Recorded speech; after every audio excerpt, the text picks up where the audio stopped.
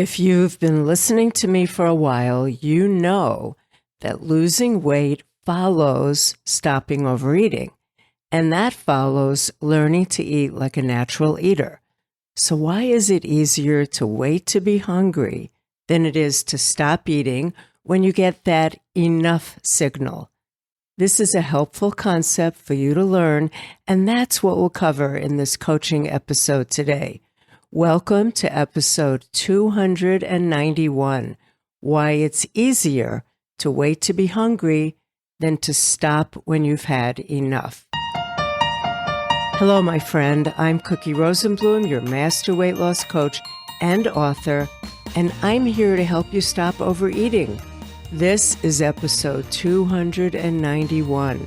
After you listen, be sure to get my free training, How to Stop Overeating in 3 Steps, at weightlossmadreal.com/3 steps, the number 3. Because what we're talking about is what you need to learn. You need to stop overeating if weight loss is your goal. Okay, let's dive into our coaching session today. In order to lose weight, you need to stop overeating, which means not eating more than your body needs. To break it down even further, you don't eat when you aren't hungry, and you stop when your body has had enough, not your mind, because your mind will always want more of the things that taste good to you. Now, stopping when your body's had enough is probably something that you're not doing. If you're struggling with your weight, then you're either starting to eat before you have physical hunger, or you're continuing to eat after your body's had enough. Or maybe you're doing a combination of both. Today we're going to talk about what causes each reason for overeating and why it's usually harder to conquer stopping at enough than it is to wait for hunger to begin. Your reasons for starting to eat when there isn't really physical hunger, they can vary, and they're usually either emotional triggers or simple mechanical habits.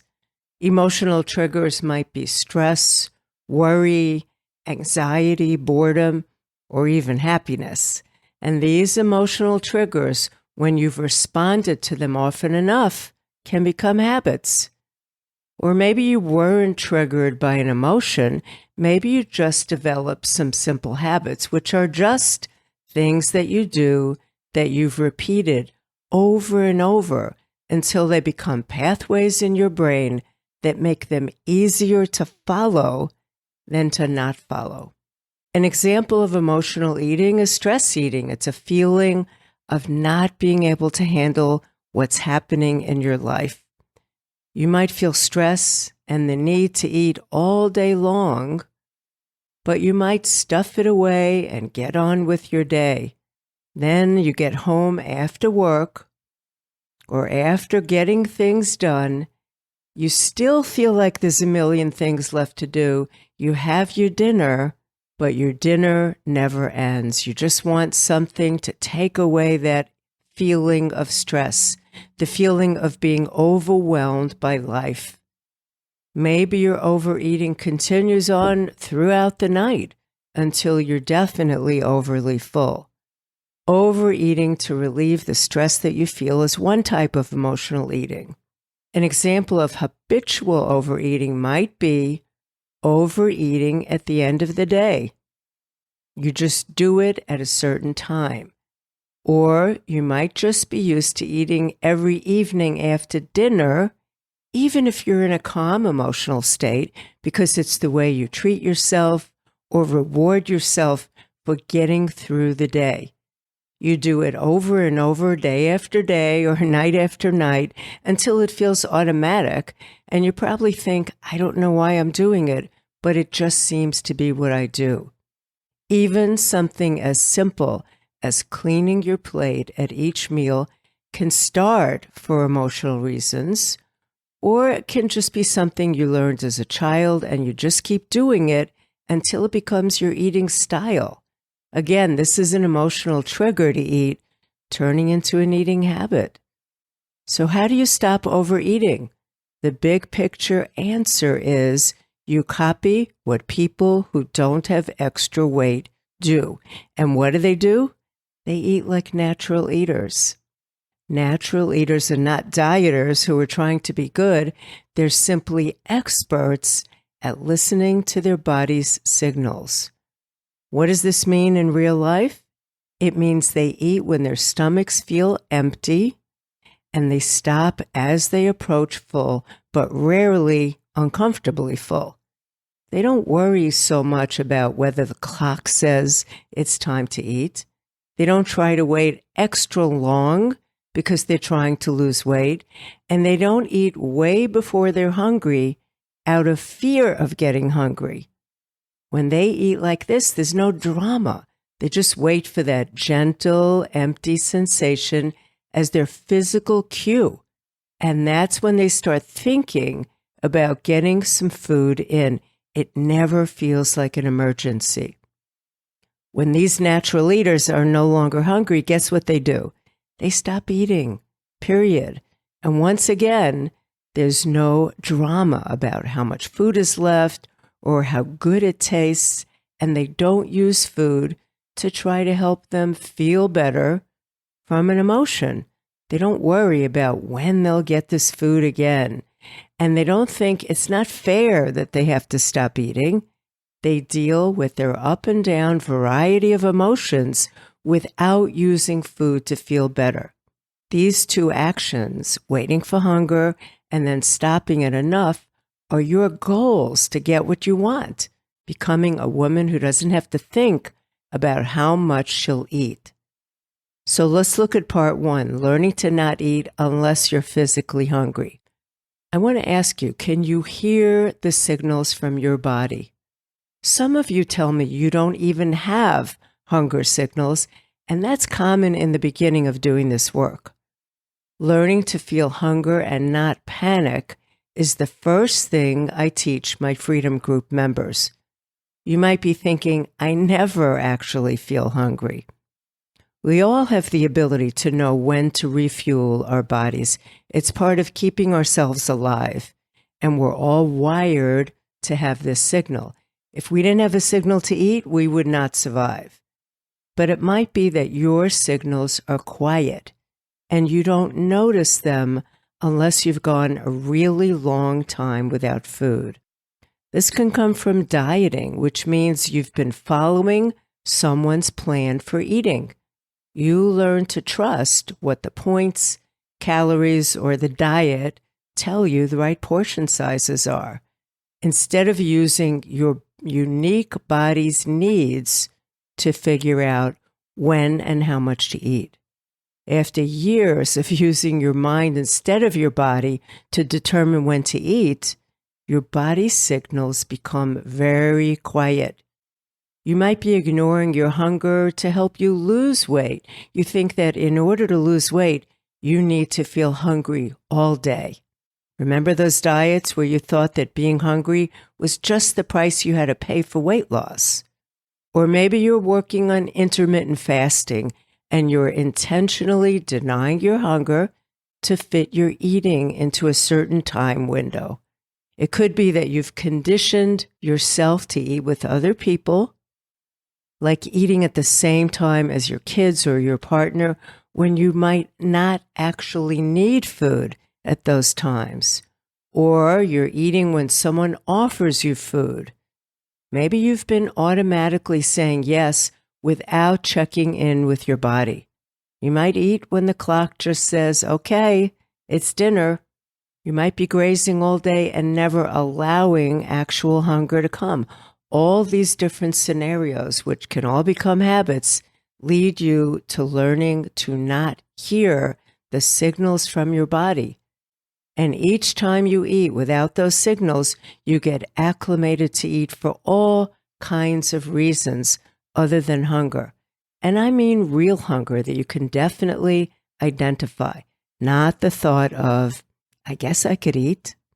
All the signals that you no longer notice, noticing them can be relearned. You knew them as a baby, and the signals never really go away. It just takes some time and practice to feel them. You start and you decide and commit to not eating until you feel a physical emptiness. And you start putting a number on your hunger at random times. You check in throughout the day using the hunger scale to help you be objective about whether you need to eat and how much to eat. You're giving the physical sensation in your body a number, and then you get better and better at being clear on exactly how hungry you are or are not. It's easier to identify when you have a specific number for each sensation in your body because the number helps make your hunger level more objective for you. But stopping when you're at enough is harder than waiting to be hungry. In my experience with thousands of women, it's almost always harder to stop eating once you've started than it is to wait for your hunger to start. Let's look at why this is usually true. When you know you're hungry and you start eating, you go on autopilot. When you start eating, you suddenly have more things to focus on. You don't pay attention to each bite. You zone out and you're not really present with the food. You've made the decision to eat and now you're not focusing on how it tastes or where your body is. When you choose what you'll eat, you might think that you've made a good choice, and that could be where your attention span ends. You lose your focus and you keep eating automatically, hand to mouth, without a lot of thought. If you're eating with others or the TV or your phone, you get distracted and you stop paying attention to those already quiet body signals. Remember that your devices are geared to holding your attention as intensely as possible and for as long as possible, which makes it really hard to notice your fullness, especially when you're just starting to recognize it. And the next thing you know, the whole bag of chips is gone or your whole dinner is finished, and you realize that you're way too full, but you didn't catch it because your attention was elsewhere, on hold. Do you need to eat alone and in silence to hear the enough signal? No. But in the beginning, remind yourself that you're learning a new skill. And so you'll need to pay more attention until it becomes natural. Remember that even if you've been practicing as a multitasker, your mind can only really focus on one thing at a time, either on what's going on around you or on your food and the signals coming from your body. Also, once you start eating, there's a good chance that you're going to be eating too fast. It takes 15 to 20 minutes for the signal of enough to go from your belly to your brain. So if you're eating your whole meal in 5 minutes, you're likely to end up overly full as your body recognizes the food 15 minutes after eating it. You might not remember that maybe you were brought up to be a member of the Clean Plate Club. Maybe in your family you weren't allowed to leave the table until all your food was eaten. Maybe you were taught that you should never waste food. Or maybe you were bribed to eat all the food in front of you before you earned the right to have dessert. And especially as a kid, that's a pretty strong motivator, right? The result of all these different scenarios, even if you've been getting better at waiting for your hunger signal, well, you're only halfway there. Both waiting for hunger and stopping at enough are necessary to be where you want to be. Until you master both parts of the equation, you'll continue to either gain weight or maintain the extra weight you have because you'll still be consuming more than your body needs. At this point, you'll be frustrated and wonder, why is it not working for you? when you just need to focus on the other side of the equation more, the stopping part. So how do you overcome this? Of course, you always first need to make sure you're hungry to start eating. The first part is always waiting for your hunger. If you start without being hungry, you won't feel the contrasting feeling of being satisfied. Satisfaction never comes because you didn't start with truly needing food. There won't be a signal to stop. And even if you do wait to be hungry to start eating, once you start, your brain will be distracted by all the tastes, all the mouth pleasure. So listening for the stop signal is not as clear. It is harder. Lots of women try to master both skills at once, feeling their hunger and feeling their fullness. I recommend that you master waiting for hunger first. Get comfortable with it, and I want you to develop confidence that you can do it. You can wait to eat until you're hungry, physically. Then it's okay to move on to listening for your fullness. And by fullness, I don't mean stuffed. I mean that point where you just know that you've eaten enough. And finally, then you can master choosing helpful foods most of the time. Then you put it all together. Learning how to stop eating when you've had enough takes time. It takes support. It's a very learnable skill. So let's just touch on some of the key things that have to happen to stop it enough. We're talking about baby steps toward eating just the right amounts of food for you. So pick a few days when you can eat without being distracted. Put away the phone, shut the news off, and really listen in. If you've never done this before, it's going to feel a bit awkward at first. But look at it as just a fun experiment. What more can you notice about your body's signals? Decide what you'll eat. When you use your higher brain, a clear plan of what to eat and how you'll eat ahead of time, it takes away so much of the drama and decision-making in the moment. And it makes it easier for you to eat what you truly want to eat. Here's the key: in the right amount.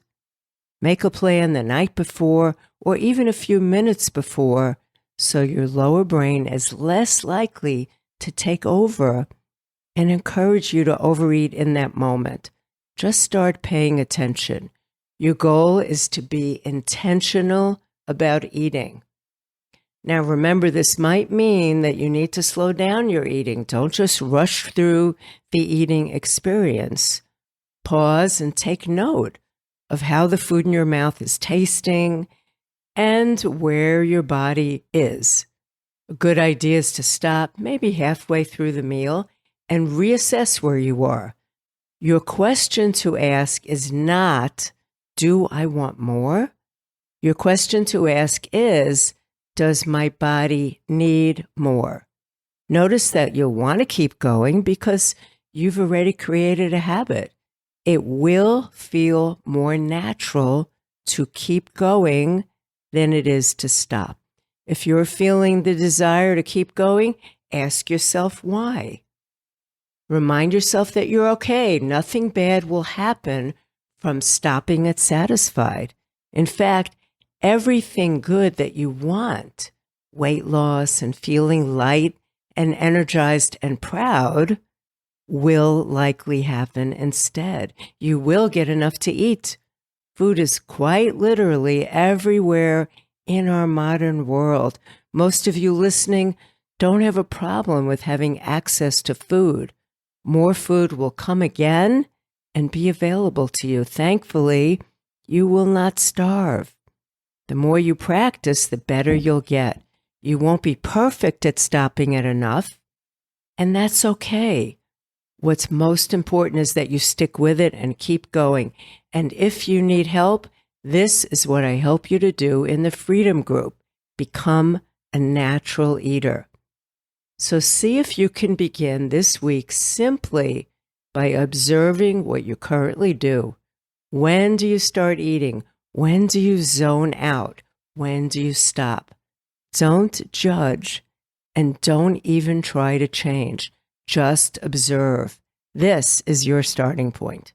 All right, you know what you're going to think about and do this week.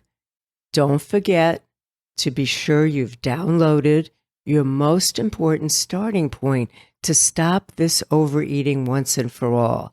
And that is my free training on how to stop overeating in 3 steps at weightlossmadereal.com/3steps. The training that I created for you uses my proven Eat, Think, Love method that's helped thousands of women use the power of coaching and psychology and brain science to change how they eat and to get the results they want, the results that you want, freedom from the whole struggle. This is my gift to you. For now, this is your Coach Cookie reminding you that as you search for answers, keep it real, just like you. And I will see you very soon.